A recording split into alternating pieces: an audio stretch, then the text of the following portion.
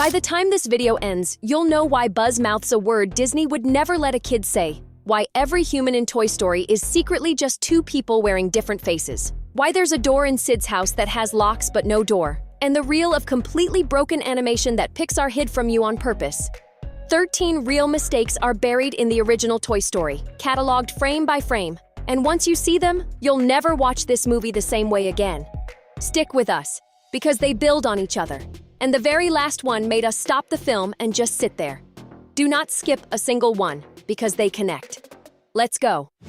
Let's start with the one you'll never unhear.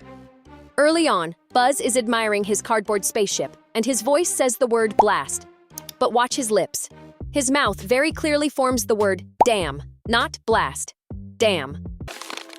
Blast. The line got changed late. The audio was swapped to something kid-friendly, and everyone forgot to reanimate Buzz's mouth to match. So the heroic Space Ranger is out here silently swearing in a children's movie, right there in the final cut. And if the animators missed something coming straight out of a main character's mouth, just imagine what they missed with the faces around him. Here's that second thing we promised, and it's the one nobody recovers from. Human characters were brutally hard to animate back in 1995, so to save time and money, Pixar essentially built two human models, Andy and Andy's mom, and reused them for almost everyone. Every kid at Andy's birthday party, every single customer inside Pizza Planet. And yes, the villain Sid and his little sister Hannah are just reskinned versions of Andy and his mom. The bully who terrorized your entire childhood is literally wearing the hero's face. Once you know, you'll spot it in every crowd shot for the rest of your life. And we are so sorry. Drop a rocket in the comments if we just ruined Toy Story for you. Now, from faces that repeat to objects that refuse to stay put. Watch the moment Andy drops Woody and Buzz onto his desk and runs off. Look at the empty desk right beside Woody. One frame, there is nothing there. The very next frame, a magic 8-ball has materialized out of thin air.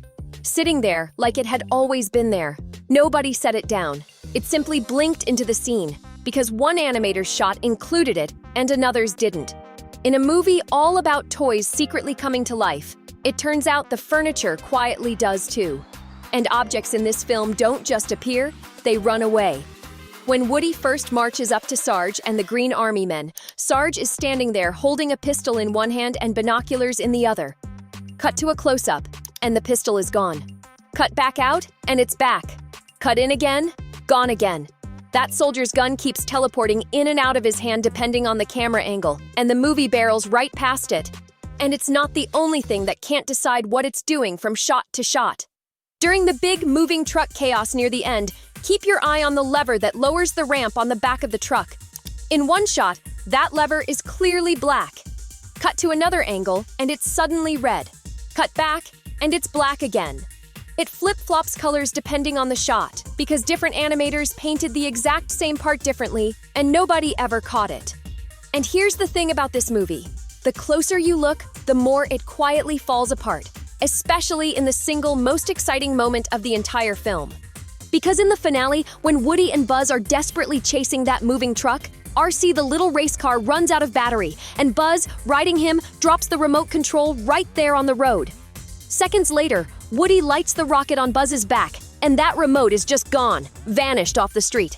Pixar deleted an entire prop in the middle of the biggest action climax of the movie, and you never noticed, because you were far too busy screaming at the screen.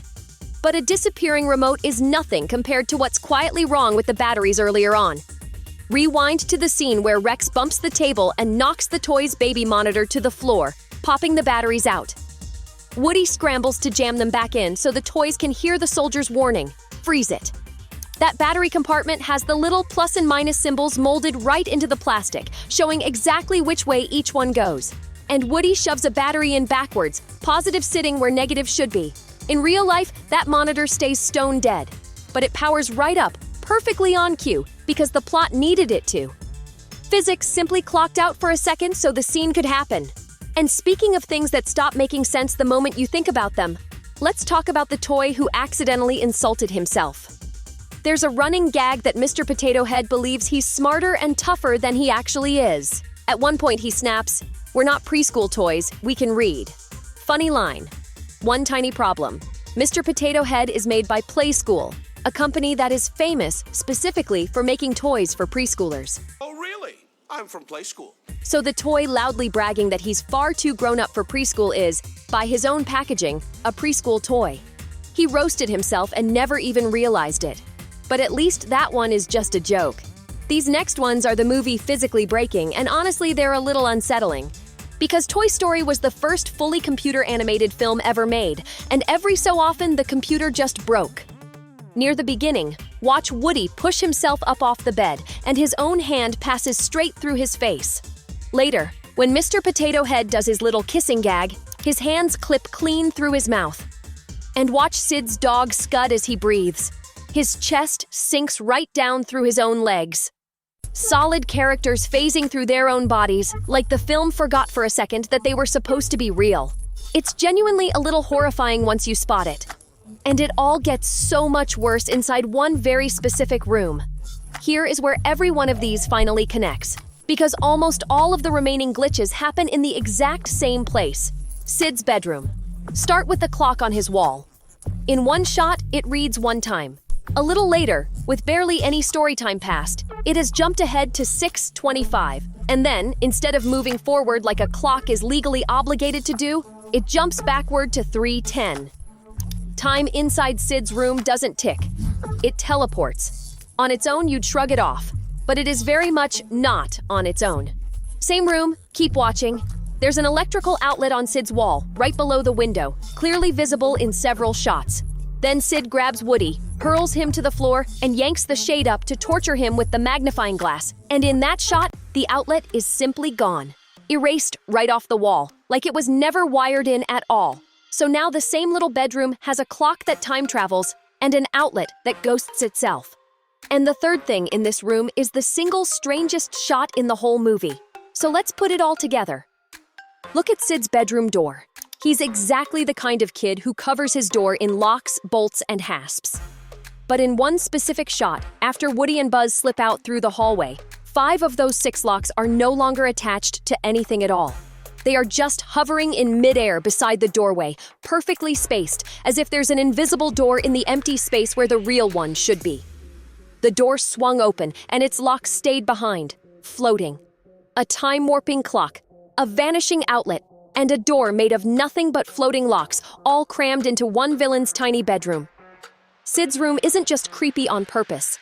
It is the most broken place in the entire film. We are not okay. Drop a skull in the comments if Sid's room always freaked you out as a kid. Because every mistake we just showed you, fans had to dig up frame by frame themselves. The biggest one of all, Pixar handed us directly, and almost nobody ever looked.